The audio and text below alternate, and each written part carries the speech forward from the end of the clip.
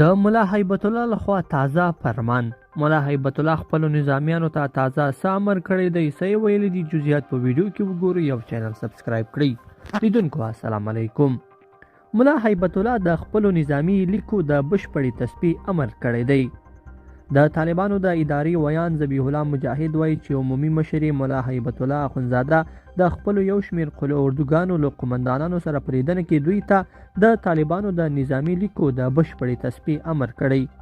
ذبیح الله مجاهد د ملا هیبت الله د څرګندونو په اړه لیکي، نوموړو مسؤلینو ته د سب د بشپړې تصفیې، د سرحداتو د کلکې ساتنې، د مجاهدینو د اخلاقي او نظامي روزنې او د دوی د ستونزو د حل کولو، د نظام د استحکام او د شرعي احکامو د عملي کولو اړوند لازم هدایات وکړل.